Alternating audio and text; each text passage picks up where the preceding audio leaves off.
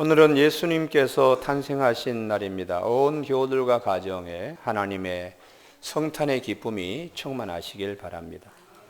성탄절은 예수님이 나신 날이라고 하는데 우리가 이것을 신앙 고백적으로 표현하면 우리를 구원하시기 위하여 반드시 그 고백이 들어가야 됩니다.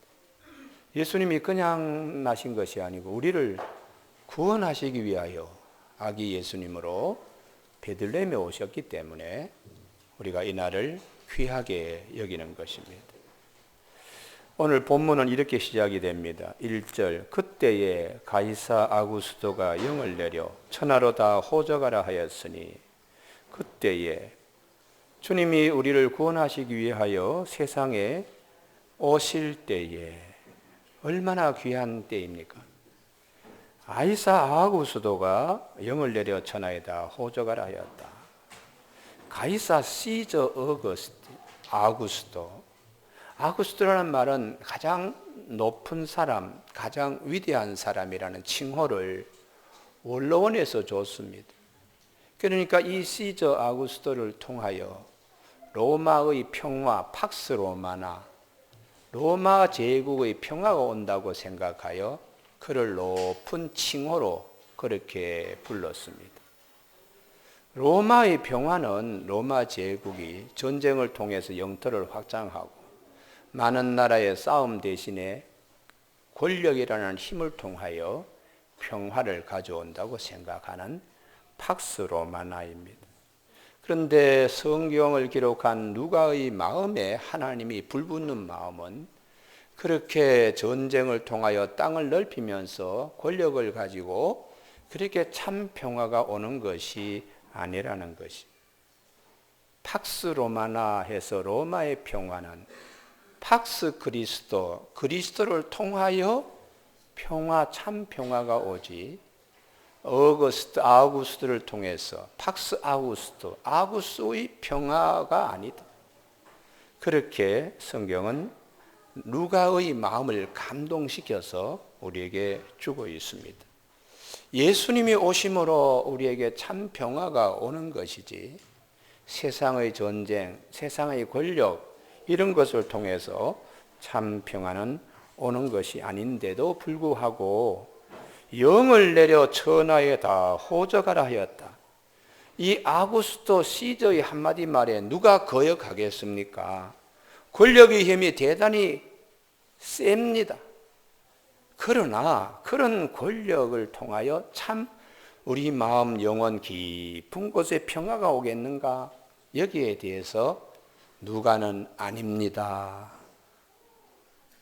참 평화는 하나님의 아들이 사람의 모습으로 이 땅에 오셔서 싸우지 마라.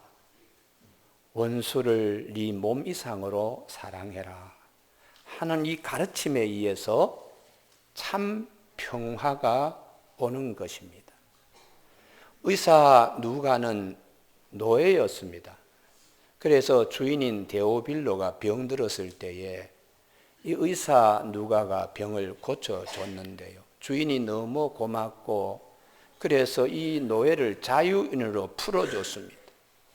노예로부터 해방된 누가가 주인에게 자기의 그 신분이 노예에서 자유인으로 바뀐 것에 대한 보답이 어떻게 하면 하나님의 말씀 예수님에 관한 것을 증거해서 이분을 예수 그리스도의 참 평화를 누리게 하는 것이 누가의 도리라고 생각했기 때문에 예수님에 관하여 풋을 들어서 기술했습니다.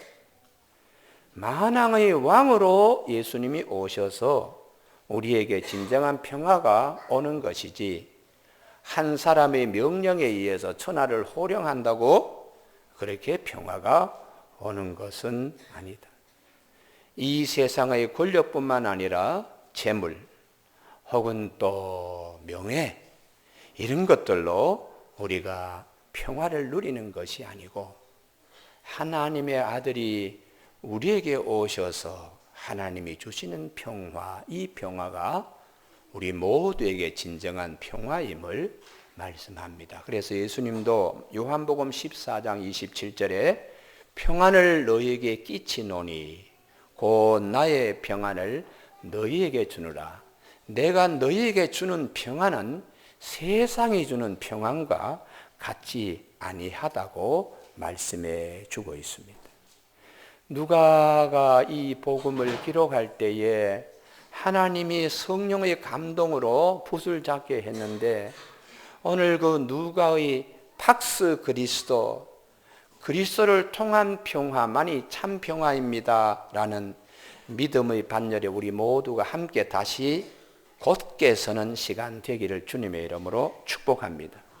우리가 잘 알고 있는 것처럼 누가복음을 기록할 당시에는 아무도 누가복음을 주목하지 않았습니다. 특별히 로마의 권력자들 곁에서 로마의 역사를 기록하던 사관들은 누가가 기록한 편지는 개인 편지에 지나지 않는다고 생각했습니다. 그러나 지금은 그 사관의 손에 의해서 쓴 역사 기록은 과거 얘기, 흥미있고 재미로운 얘기로 끝나버리는 죽은 얘기지만은, 당시에 사관들이 주목하지 않았던 누가복음은 오늘 우리 모두의 영을 살리는 살아있는 말씀으로 오늘도 우리에게 감동을 주는 말씀입니다. 할렐루야. 그래서 하나님의 살아있는 말씀, 이 말씀이 오늘 우리에게 임했기 때문에 누가복음을 다시 보게 되는 것이에요. 2000년의 시간이 지나도 우리의 영을 살리는 말씀입니다. 그래서 요한복음 6장 63절에 살리는 것은 영이니 육은 무익하니라. 내가 너희에게 말한 것이 곧 영이요 생명이니라 라고 말씀해 주고 있습니다. 누가가 기록해 주고 있는 말씀이 우리에게 기쁨이 되는 것은 생명의 주로 오신 하나님의 아들에 관한 말씀이기 때문이요, 우리를 구원하기 위하여 오신 예수님에 관한 말씀이기 때문에 살리는 영의 말씀인 것입니다. 과거 이야기, 역사 얘기는 재미는 있을 수 있습니다. 흥미로울 수도 있습니다. 우리의 지식의 지평을 넓혀갈 수도 있습니다. 그러나 우리의 영을 살릴 수 있는 말씀은 아닙니다. 왜냐 그러면 하나님의 말씀만이 우리 영을 살리기 때문입니다. 그 말씀이 육신이 되어 오늘 이 땅에 아기 예수님으로 베들레헴에 오신 것입니다. 2절, 이 호적은 구레노가 시리아 총독되었을 때에 처음 한 것이라. 시리아의 총독 구레노, 여기에 호적을 하라고 시저가 명한, 가이사 아구스토가 명에 따라서 각 지방의 총독이 있습니다. 그 총독이 이제 호적을 구체적으로 하게 된, 이 호적은 인구조사입니다. 인구조사는 두 가지 목적이 있었습니다. 하나는 세금을 걷어들이기 위한 징세, 조세, 또 하나는 병사들을 갖다가 모집하기 위한 징병, 이 두 가지가 있는 것인데요. 본문에 보면은 구레뇨가 시리아 총독되었을 때 처음 한 것이다. 그러면 두 번째 한 것도 있다는 얘기잖아요. 누가복음은 누가전서에 해당되는 것이 누가복음이 원래는 사도행전하고 한 권으로 묶여 있었습니다. 사도행전을 누가후서라는 별칭을 두고 있는데, 그 누가복음의 후서에 해당되는 사도행전 5장 37절에 두 번째 호적에 대한 얘기가 나옵니다.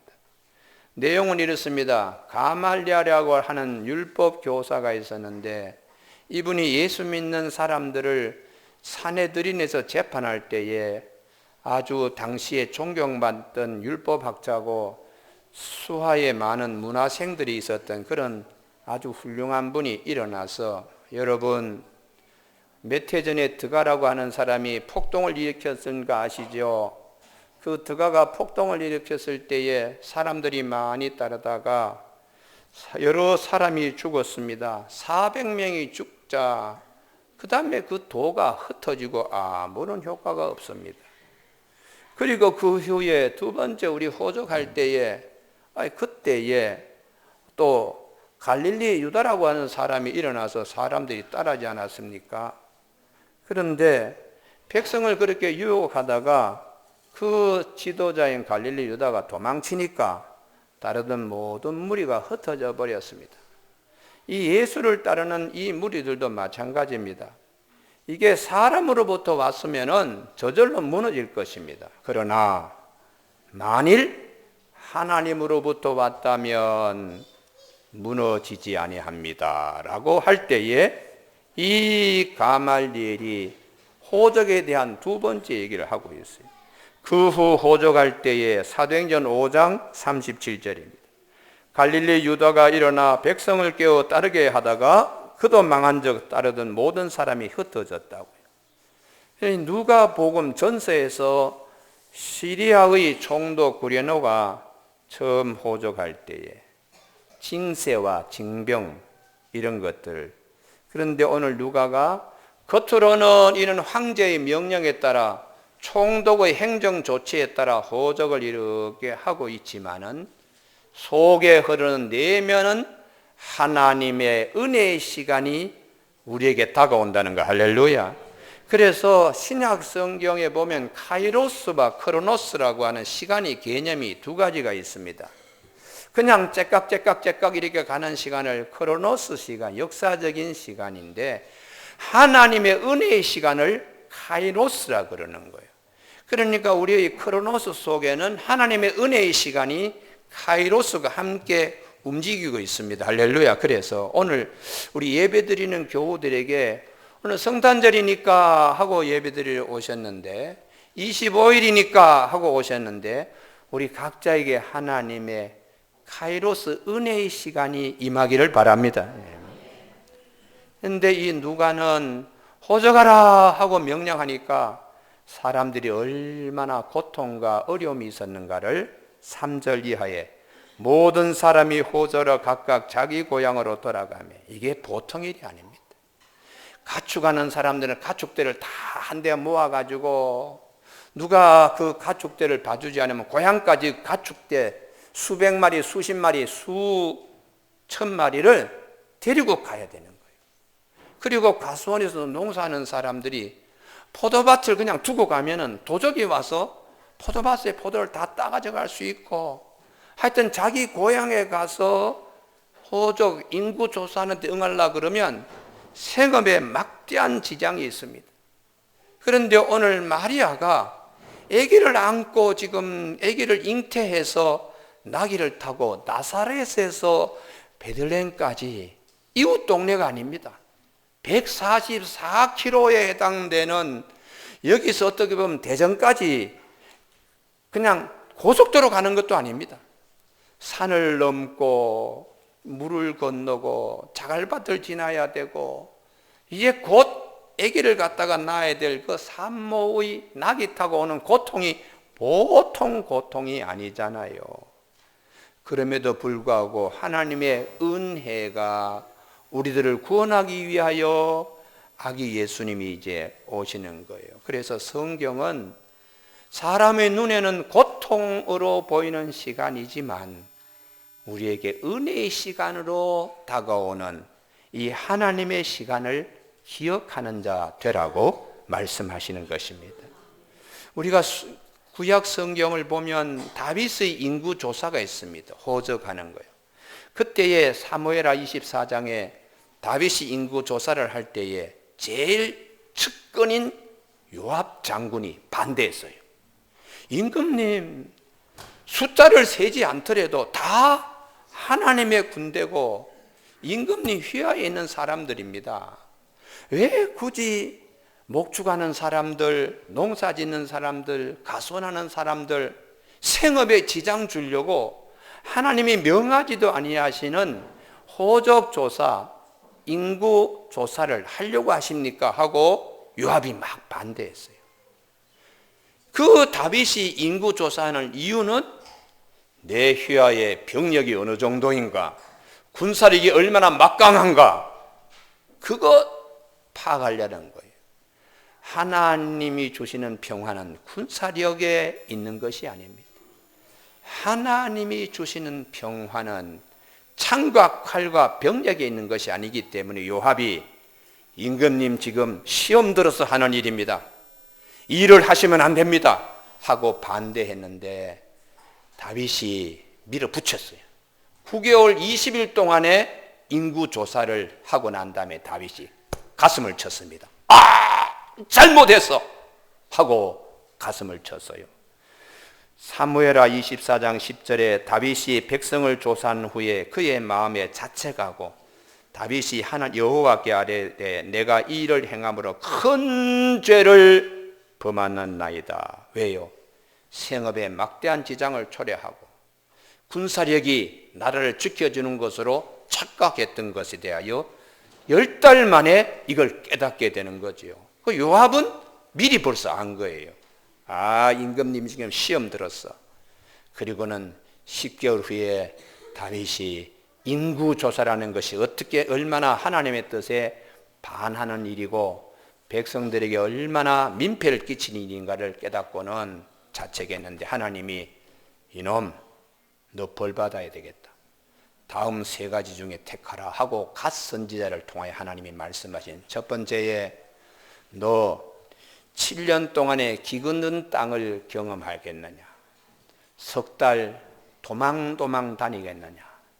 아니면 온 땅에 전염병, 열병이 석 달 동안에 3일 동안에 있는 온역 3일을 택할 거냐 했을 때 다윗이 빨리 하나님의 매를 끝내려고 3일 온역으로 매 맞겠습니다. 맞으며 가겠습니다. 그때 하나님이 온역을 내렸는데 그냥 전쟁에서 잃어버린 숫자보다 그 3일 동안에 장정 7만 명이 죽는 거예요. 7만 명이. 그러니 군사력을 의지하려고 인구조사했다가 다윗에게 이게 부메랑이 되어서 전쟁도 하지 않고 7만 명을 잃어버린 7만 명을. 그래서 다윗이 이 재앙을 어떻게 끝내나 하고 천사를 만나면서 아라우나의 타작마당에 번제와 화목제를 드림으로 재앙이 끝났습니다. 그래서 사무엘하 24장에 보면 여호와께서 그 땅을 위한 기도를 들으심에 이스라엘에게 재앙이 그쳤더라. 인구조사의 고통을 통해서 나중에 하나님이 그래 네가 그렇게 회개하면은 네 회개 번제와 화목제를 내가 받는다 하고 하나님이 끝내서. 그런데 이 바벨론 포로에서 돌아와서 이스라엘 백성들이 우리 후손들에겐 다시 역사를 재조명시켜야지 하고 바로 이 사건을 인구조사해가지고 하나님께 벌받고 그리고 회개하면서 단을 쌓았던 거 이걸 다시 역사 재조명을 역대하 3장 1절에서 솔로몬이 바로 그곳에 성전을 지었다. 예전에 아브라함이 이삭을 번제로 드리려고 했던 모리아산 여호와의 전 건축하기를 시작했네. 그곳은 전에 여호와께서 그의 아버지 다윗에게 나타나신 곳이요 여부스 사람 오르단의 타작마당에 다윗이 정한 것이라. 사무엘하 24장에는 아라우나에서 여부스식으로 표현했는데 이 역대하에서는 히브리식으로 오르난이라고 히브리식 표현을 썼습니다. 그때 매맞으면서 하나님이 우리에게 주신 은혜가 바로 그곳에 번제와 화목제를 드림으로 성전을 세워주셨다라고 고백하는 거예요. 그러면 참 평화는 어떻게 오는가? 번제와 화목제물로 오신 성전의 주인이신 예수님이 오심으로 우리에게 참 평화가 임한다는 거예요. 할렐루야. 그래서 오늘 우리가 이 성탄절을 맞이하면서 우리를 구원하기 위하여 죄가 많은 세상에 하나님의 아들이 아기 몸으로 오신 거 너무 감사하고 너무 귀하다 하는 마음을 우리 안에 잘 간직하며 신앙의 불씨를 여기서 지펴나가기를 주님의 이름으로 축복합니다. 그럼 어떻게 죄악이 그렇게 관영하며 가득 찼는가? 6절 7절입니다. 거기 있을 그때 해사는 날이 차서 첫 아들을 낳아 강보로 싸서 구유에 누웠으니 이는 여관에 있을 곳이 없음이라. 얼마나 사람들 민심이 각박한지 산모에게 여기 와서 아기를 낳으십시오 하는 배려하는 마음이 바늘구멍만큼도 없었다는 거예요. 철저한 우리의 죄악된 모습, 아기를 낳아야 되는 낳을 자리가 없었다. 낳을 방도 없었고 낳을 집도 없었다. 아무도 양보해 주지 않는다. 해산 산고의 고통인데도 누구 하나 마음을 열어서 손을 벌려서 하나님 보시기에 기쁘게 하는 사람이 한 사람도 없고 철저하게 우리를 구원하러 오신 예수님, 아기 예수님을 철저하게 외면했다는 것이죠. 이만큼 죄악된 세상에 그분이 우리를 구원하기 위해 오셨으니 하나님 은혜가 얼마나 귀한가. 사도 요한도 하나님의 아들이 우리에게 오실 때에 철저하게 외면한 것을 요한복음 1장 11절에 자기 땅에 오매 자기 백성이 영접하지 아니하였으나 영접하는 자 곧 그 이름을 믿는 자들에게는 하나님의 자녀가 되는 권세를 주셨다고 말씀하고 있어요. 대개 당시에는 다윗의 후손 가운데 메시아가 오실 것인데 하고 메시아를 기다렸습니다. 그래서 이사야 7장 14절에 보라 처녀가 잉태하여 아들을 낳으리니 그 이름을 임마누엘이라 하리라 하고 메시아가 동정녀 마리아를 통하여 오실 하나님의 계획을 이사야서가 미리 예언한 것도 그렇게 다 믿으면서도 막상 오셨을 때에 아무도 양보하지 않았습니다. 어디에 오신다고 하나님이 말씀하시는 미가서 5장 2절에 베들레헴 에브라다야 너는 유다 족속 중에 작을지라도 이스라엘을 다스릴 자가 내게서 내게로 나올 것이라. 이 베들레헴에 예수님이 오신다는 것을 말씀하셨어요. 이걸 다 알면서도 막상 예수님이 오셨을 때는 아무도 그를 영접하지 아니하고 철저하게 외면하고 외면당하시면서 주님이 마국간 베들레헴 말구유에 오셨습니다. 마국간 말구유는 석회암 지역이라서 동굴이 이렇게 생기는데요. 거기에 비를 피한다든지 바람이 되게 세게 불 때에 가축들을 피하는 곳이, 그리고 또 맹수들을 또 피하기 위하여, 도적을 피하기 위하여 자연 동굴인 마국간에 냄새가 얼마나 나겠습니까? 짐승이 배설한 배설물의 냄새, 그게 그냥 배어 있는 곳이죠. 그리고는 양들이나 가축이 먹을 꼴통이죠. 꼴통, 꼴의 통. 거기에 예수님이 거기에 이렇게 눕혀서 오셨다는 것이죠. 이게 우리의 마음과 같아요. 우리의 죄악, 오물과 냄새 나는 그런 지저분한 우리가 사는 이 세상에 우리를 구원하기 위하여 성지 되게, 지금 베들레헴 마국간이 성지가 되잖아요. 성지가 되게 하기 위하여 하나님의 아들이 그곳에 오시고 죄악된 우리에게 하나님의 자녀가 되기 위하여 주님이 우리 가운데 오신 거예요. 할렐루야. 그래서 이 모습을 창세기 49장의 야곱의 유언기도 가운데 이사갈에 대한 말씀을 합니다. 이사갈은 양의 우리 사이에 꿇어앉은 건장한 나귀로다. 양들 무리 속에 걸맞지 않는 겁니다. 나귀가 얼마나 덩치가 큽니까? 그런데 조그만 양들에 같이 친구처럼 와가지고 같이 이렇게 어울리는 하나님의 아들이 사람의 모습으로 오신 것이죠. 그는 쉴 곳을 보고 좋게 여기며 토지를 보고 아름답게 여기고, 참 죄악이 많은 세상도 하나님 아들 예수님이 뱉지 아니하시고 다 구원해야 될 아름다운 땅으로 보시고 주님이 그렇게 사역하셨어요. 어깨를 내려 짐을 메고 앞지 아래에서 섬기리로다. 철저하게 외면당하시고 철저하게 무시당하시고 철저하게 버림당하시면서도 우리를 하나님의 자녀가 되도록 하기 위하여 당신의 어깨를 십자가 메고 십자가에 달리셔서 돌아가시면까지 우리를 섬기신 하나님, 이 하나님을 야고보 49장 14절에서 이사갈의 복이 무엇인가?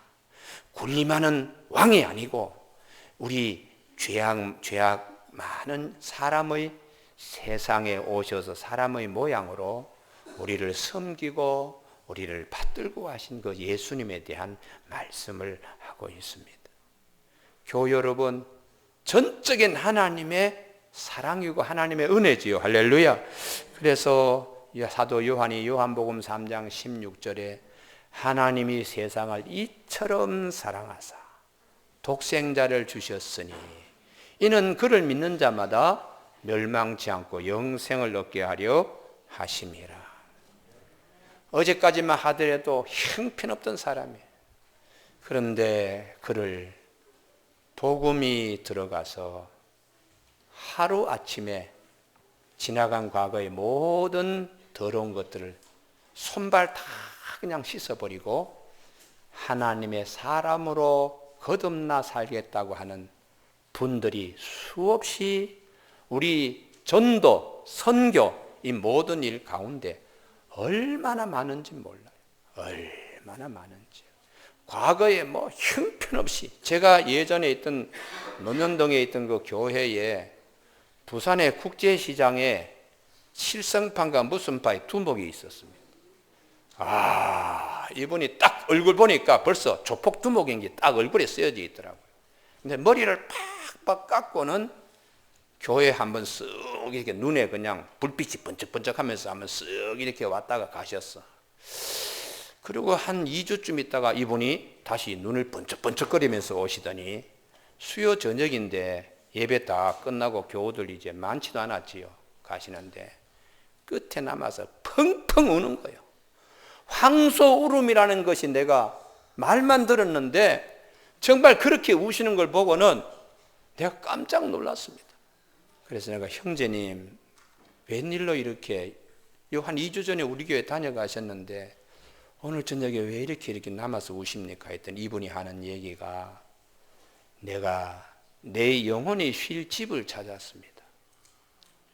강남에 많은 교회를 다녔는데 바로 오늘 여기가 내 영혼이 쉴 곳임을 하나님이 나에게 가르쳐 주셔서 너무 기쁩니다 하고 기쁨의 울음을 팍팍 쏘는데 이제 자기 얘기를 하는데 목사님 몇 년 전에 신문에 큰 사건 혹시 기억하는지 모르겠는데 서로 이쪽 저쪽 지역 구역 다투다가 부산에서 큰 사고가 났는데 내가 그때에 사람들 많이 참 죽였습니다. 그런데 암에 걸려가지고 참 형기다 마치지 않고 이렇게 나왔는데 암 수술하고 이제 새 사람으로 살려고 그러다가 이게 재발되었습니다. 위암이. 그래서 병원에서도 이제 가망이 없다 그러는데 내가 지나간 과거에 너무 잘못 산 거에 대해서 너무 억울합니다. 이제 남은 시간 정말 하나님 앞에 내가 갈 때에 새 모습으로 가야 되겠는데 하고 내 영혼의 안식을 찾기 위해서 이 교회 저 교회 찾았는데 바로 오늘 동강교회 오니까 동강교회 찾자 지금처럼 우리 아름다운 동산교회처럼 이렇게 예쁜 교회도 아니고요. 상가교회 지하는 룸사롱. 수요일날 되면 그냥 쭉쭉 빠진 여성들이 그냥 다 룸사롱으로 다 가고 그래서 내가 그래서 하나님 저런 분들이 다 3층 우리 교회로 와야 되는데 룸사롱을 다 들어가는 주차장에는 전부 다가 나라시 하는 사람 있지요. 아가씨들 그냥 실어다가 나르는 그런 사람들이 주차장에 떡 차로 대기해가지고 있어서 하나님 저 사람들 다 예수 믿고 수요일 저녁에 우리 교회 와서 할렐루야 아멘 하는 그런 교회가 되게 해 주옵소서 그렇게 기도했는데 참 어렵게 이분이 눈물을 펑펑 흘리면서 내 영혼의 안식처를 찾게 되어서 감사합니다. 그래서 형제님, 하나님 앞에 언제 가실지 모르겠지만은 편안한 마음으로 참 평화를 누리면서 죄 많은 나를 주님이 사랑하셔서 이제 하나님의 자녀로 형제님을 지금 초청했으니까 병이 낫든 안 낫든 영원한 나라의 안식을 이 땅에서 누리면서 신앙생활 하십시오 했더니 매 시간 기쁘게 그냥 하는데, 나중에 그냥 저 강남에 있는 성모병원에 호스피스 병실에 이분이 이제 갔는데 마지막 암으로 할 때 바짝 말라가지고 눈도 못 떠요. 다 말라가지고. 그래서 거제 있죠, 거제. 습기가, 수증기가 이렇게 물기가 있는 거제를 눈이 빠끔하게 들어갔는데 그 위에 덮어가지고 있길래 내가 보지는 못하고 손을 잡으니까, 목사님 그동안 참 감사했습니다. 내가 참 젊은 날에 그렇게 내 힘 믿고 막 했다가 목사님 교회 가서 내가 이제 정리하고 이제 하나님 앞에 갈 생각하니까 너무 죄송스럽기도 하고, 과거에 너무 못된 짓 많이 했는데도 그래도 나 같은 죄인을 하나님이 예수 믿어 자녀로 삼으신 은혜를 너무 감사해서 그 감사한 은혜로 하나님 앞에 갈 수 있는 게 얼마나 감사합니까? 그러고는 제가 그분의 장례 집전을 다 했는데 문제는 부인이에요. 부인이 은혜 받고 새벽 기도를 나오는 거예요. 그 바쁜 음식점도 큽니다. 근데 부인이 새벽 기도 나오다가 어느 날 제가 욕기를 강요했는데, 목사님 욕기가 다 나에게 하는 말씀처럼 들립니다. 그리고 욕기를 보니까 진주를 구슬에 끼워가지고 쫙 이렇게 하듯이 말씀이 쭉 딸려서 내 안에 들어오면서 막 역사하는데 너무 감사하다는 거예요. 우리가 신앙생활 많이 해보신 분들은 욕기가 어렵습니다. 그런데도 이분이 쉽게 터득하는 거예요. 그래서 내가, 자매님, 형제님이 마지막 갈 때 얼마나 기도했겠습니까? 그 기도가 오늘 자매님에게 이렇게 임하니까 신앙생활 잘 하십시오. 교회 여러분, 아기를 낳을 산모를 보면서도 방을 내어주지 아니하여 짐승들이 가 머무는 마구간에 떠밀려서, 어떻게 보면 그렇게까지 말구유의 아기를, 첫 아들은 얼마나 귀합니까? 그 마구간의 말구 꼴통에다가 예수님이 오셨어요. 참 하나님께서 우리 마구간과 같이 냄새나고 오물 있고 더러운 우리를 지금 예루살렘 성지로 만든 것처럼 못난 우리를 하나님의 자녀로 만들기 위하여 예수님이 오셨습니다. 자기 아들을 아끼지 아니하시고 우리 모든 사람에게 내어주시니까 어찌 그 아들과 함께 우리에게 모든 것을 주시지 않겠느냐고 로마서 8장 32절에 말씀하고 있습니다.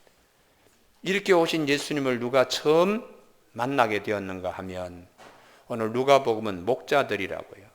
목자들 8절, 그 지역의 목자들이 밤에 밖에서 자기 양떼를 지키더니, 목자들은 당시에 비천한 신분을 가진 자들입니다. 예루살렘 성전의 제사용 양들을 자기 것도 아니죠. 목자니까요. 그러나 착한 마음으로 이 양들이 다 예루살렘 제사 드릴 때 가서 제물로 드린 양들이기 때문에 열심히 그 양들을 지키고 있었어요. 바로 당시의 사회에, 특별히 예루살렘 성전의 종교 지도자들은 이 목동을 사람 취급도 하지 않는 비천한 그런 계급으로 봤지만 사람들의 눈에는 소외되고 그렇게 버림받은 자들을 주님이 먼저 찾아오신 겁니다. 그래서 그들에게 큰 위로가 됩니다. 오늘 3부 예배, 자꾸 입이 그냥 3부 예배라 그러는데요. 오늘 연합 예배 드리는 우리 교우들에게 하나님의 위로가 있기를 바랍니다. 할렐루야. 사람이 내가 가진 것이 없다고 무시당하고 사회적인 지위에 내놓지 못할 것이 이렇게 없어서 늘 이런 자에게 주님은 다 보시는 거예요. 누가 어떤 마음으로 살고 있는가, 일어섬과 안정과 마음의 생각까지도 다 하나님이 아시고 머리털 하나 세신 바 되시는 하나님이 다 보고 계십니다. 위로하시는 하나님이시죠. 오늘 목자들을 위로하시는 하나님의 위로가 우리 모두에게 있기를 바랍니다. 고린도서 1장 3절에 찬송하리로다. 그는 우리 주 예수 그리스도의 하나님이시요 자비의 아버지시요 모든 위로의 하나님이시며, 우리의 모든 환난 중에서 우리를 위로하사 우리로 하여금 하나님께 받는 위로로서 모든 환난 중에 있는 자들을 능히 위로하게 하시는 이시라고요. 목동들, 하나님이 제일 먼저 아기 예수님을 만나게 했고, 목동들은 어떤 자들인가? 깨어 있었습니다. 8절, 그 지역의 목자들이 밤에 밖에서 자기 양떼를 지키더니, 밤에 자기 양떼를 지키기 위하여 도적이나 맹수 이런 것으로부터 지키기 위하여 깨어 있어야 했습니다. 여러분, 깨어 있어야 하나님의 은혜를 입습니다. 할렐루야. 깨어 있어야 말씀을 들을 수 있습니다. 할렐루야. 깨어 있어야 하나님께 경배할 수 있습니다. 어린 사무엘도 깨어 있었기 때문에 말씀의 법궤에서 하나님이 사무엘아 사무엘아 부를 때 말씀을 들을 수 있었어요. 대제사장 엘리는 그냥 쿨쿨 잠만 잤습니다. 자기 집에 가서. 체중이 불어가지고 자기 몸도 잘 가누지 못하고 집에 가서 이렇게 저렇게 편히 쉬는데, 어린 꼬마 사무엘은 하나님의 말씀 법궤를 지킨다고 곁에서 밤에 깨어 있으니까 하나님이 깨어 있는 어린 사무엘에게 사무엘아 사무엘아 하고 하나님의 음성을 들려주셨어요. 제사장님, 나를 불렀습니까? 아니, 나를 부르시는데요. 가서 너 다시 있어라. 또 부르시니까, 또 부르셨습니까? 아닌데, 이번에 사무엘아 부르면 하나님이 너를 부르는 거다. 종이 여기 있습니다. 무슨 말씀 하시든지 내가 듣겠습니다. 너 그렇게 대답해. 그래서 영교가 일어나는 거죠. 깨어 있어야 하나님의 음성도 듣고 하나님을 만날 수 있고 하나님을 경배할 수 있습니다. 그분의 신분이 비록 비천한 목자라도 깨어있는 축복력. 그래서 마태복음 25장 13절에 그런즉 깨어 있으라 너희는 그날과 그때를 알지 못하느니라. 이 목자들은 다른 사람들처럼 머리를 잔깨를 굴리고 사람들이 고위층과 같이 어울리고 이런 재주는 없어요. 오직 마음이 착해가지고 양들을 어떻게 하면 잘 보살필까. 심령이 참 가난한 자입니다. 복이 있는 자입니다. 하나님을 경험할 수 있는 자들입니다. 마음이 청결한 자입니다. 복 있는 자들입니다. 그들이 하나님을 볼 것이라고 하듯이 하늘의 천사가 그들에게 와서 하나님의 세계를 보여주는 거죠. 할렐루야. 그래서 우리가 심령이 가난하고 마음이 청결한 축복이 이 목자들에게 있었습니다. 목자들이 들은 하나님의 놀라운 일들은 9절 이하에 주의 사자가 곁에 서고 주의 영광이 그들을 두루 비치며 크게 무서워하는지라. 천사가 이르되 무서워하지 말라. 보라, 내가 온 백성이 미칠 큰 기쁨의 소식을 너희에게 전하노라. 오늘 다윗의 동네에 너희를 위하여 구주가 나셨으니 곧 그리스도 주시니라. 얼마나 복된 소식을 듣습니까? 너희는 가서 강보에 쌓여 구유에 누워있는 아기를 보리니 이것이 너희에게 표적이니라 하는 하나님의 말씀을 듣게 되었습니다. 오늘 우리 예배에 참석한 우리 온 교우들에게 사회에서 나를 알아주지 못하더라도 목자처럼 성전에 드려질 양들을 잘 깨워서 관리하는 영성을 가질 때에 심령이 가난한 자, 마음이 청결한 자의 축복이 있어서 하나님을 보는 큰 간증이 있기를 주님의 이름으로 축원합니다. 마지막으로 이분들은 이 세상의 어떠한 합창곡, 어떠한 노엘, 어떠한 크리스마스 캐롤보다도 더 위대한 천군 천사의 찬양을 들을 수 있었습니다. 13절, 호련히 수많은 천군이 그 천사들과 함께 하나님을 찬송하여 지극히 높은 곳에서는 하나님께 영광이요 땅에서는 하나님이 기뻐하신 사람들 중에 평화로다 하는 위대한 크리스마스 캐롤성을 듣게 되었어요. 우리를 구원하시기 위하여 하늘 보좌를 버리시고 하나님의 본체시나 하나님과 동등됨을 취할 것 여기 아니하시고 자기를 비어 종의 형체를 가져 사람들과 같이 되었고 사람의 모양으로 오신 자기를 놔두시고 죽기까지 복종하신 예수님께서 오늘 이 땅에 많은 죄 많은 가운데 사는 우리를 하나님의 자녀가 되기 하기 위하여 구원하시기 위하여 이 땅에 오신 이 귀한 날을 감사하며 살아가는 우리 모두가 되시길 주님의 이름으로 축복합니다. 기도하시겠습니다.